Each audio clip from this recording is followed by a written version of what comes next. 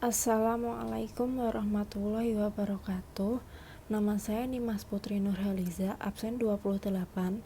Di sini saya akan menjelaskan bab tentang mutasi. Mutasi adalah perubahan genetika yang terjadi pada gen ataupun kromosom.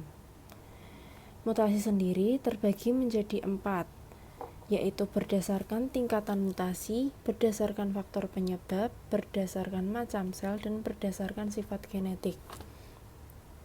Yang pertama, berdasarkan tingkatan mutasi dibagi menjadi 2, yaitu mutasi gen dan mutasi kromosom. Mutasi gen sendiri adalah perubahan susunan, atau bisa disebut dengan mutasi kecil. Sedangkan mutasi kromosom adalah perubahan susunan gen pada kromosom. Mutasi kromosom bisa disebut dengan mutasi besar. Lalu, mutasi gen terbagi menjadi 2, yaitu substitusi dan frameshift mutation. Substitusi adalah pergantian basa nitrogen, dan frameshift mutation adalah pergeseran kerangka basa nitrogen.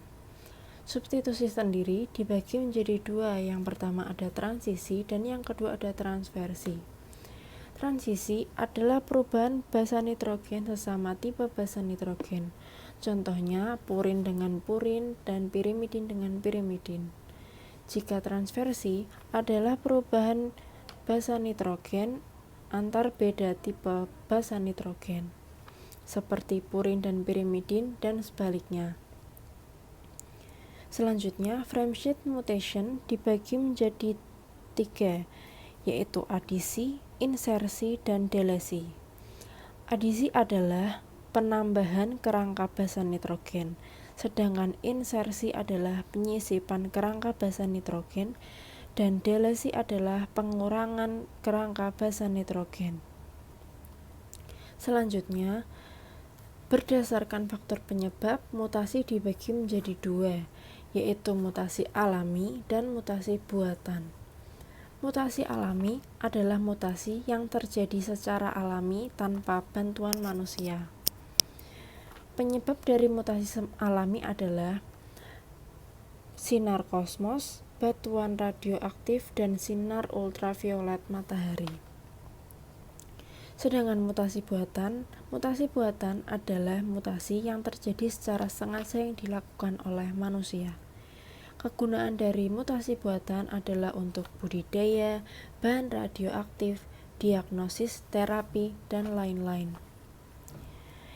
Yang ketiga, berdasarkan macam sel, mutasi dibagi menjadi 2, yaitu mutasi somatis dan mutasi germinal. Mutasi somatis adalah mutasi yang terjadi di sel tubuh maupun sel soma.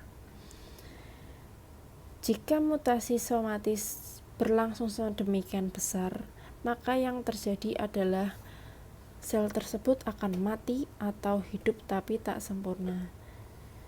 Mutasi germinal adalah mutasi yang terjadi pada sel gamet. Mutasi somatis contohnya adalah meninggikan produksi mutu dalam pertanian, yaitu dalam buah apel, buah anggur, dan buah jeruk. Selanjutnya, yang keempat adalah jenis mutasi berdasarkan sifat genetik. Berdasarkan sifat genetik, mutasi dibagi menjadi 2, yaitu mutasi dominan atau mutasi resesif. Mutasi dominan adalah tampak pengaruh dalam heterozigot, sedangkan mutasi resesif pada keadaan diploid tidak diketahui selama heterozigot. Lalu, penyebab dari mutasi itu adalah secara kimia, fisika, dan biologi. Secara kimia, senyawa yang menyebabkan mutasi adalah kolkisin, hidrosilamin, nitrat, dan nitrit. Lalu secara fisika bukan pengion dan pengion. Lalu jika secara biologi contohnya pada virus dan bakteri. Mutasi memiliki keuntungan dan kerugian masing-masing.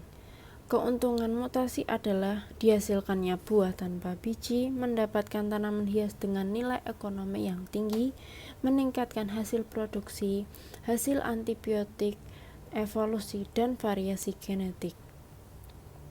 Sedangkan kerugian dari mutasi itu sendiri adalah kelainan pada manusia, kesulitan pada buah mencari generasi penerus, peledakan hama resisten, penggunaan sinar radioaktif mengakibatkan tumbuhnya sel kanker. Sekian penjelasan dari saya, kurang lebihnya mohon maaf. Wassalamualaikum warahmatullahi wabarakatuh.